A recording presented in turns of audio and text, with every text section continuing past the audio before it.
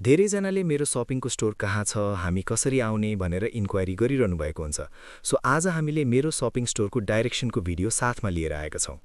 यदि तपाईँ लाजिमपाट र टिचिङ साइडबाट आउँदै हुनुहुन्छ भने हजुर राष्ट्रपति भवनको अपोजिट साइडमा बालुवाटार जाने बाटो लेखेको छ। सो बालुवाटार जाने बाटोलाई कन्टिन्यू दिनुभयो भने ठिक त्यसको 900 मिटर अगाडि मेरो शपिङको स्टोर रहेको छ। सो हजुर कन्टिन्यू आउनुभयो भने बीच बाटोमा बिग मार्ट देख्नुहुनेछ। बिग मार्टलाई पनि पछ्याउँदै अगाडि आउनुभयो भने हजुरले डिलाइट फर्निचर देख्नुहुनेछ।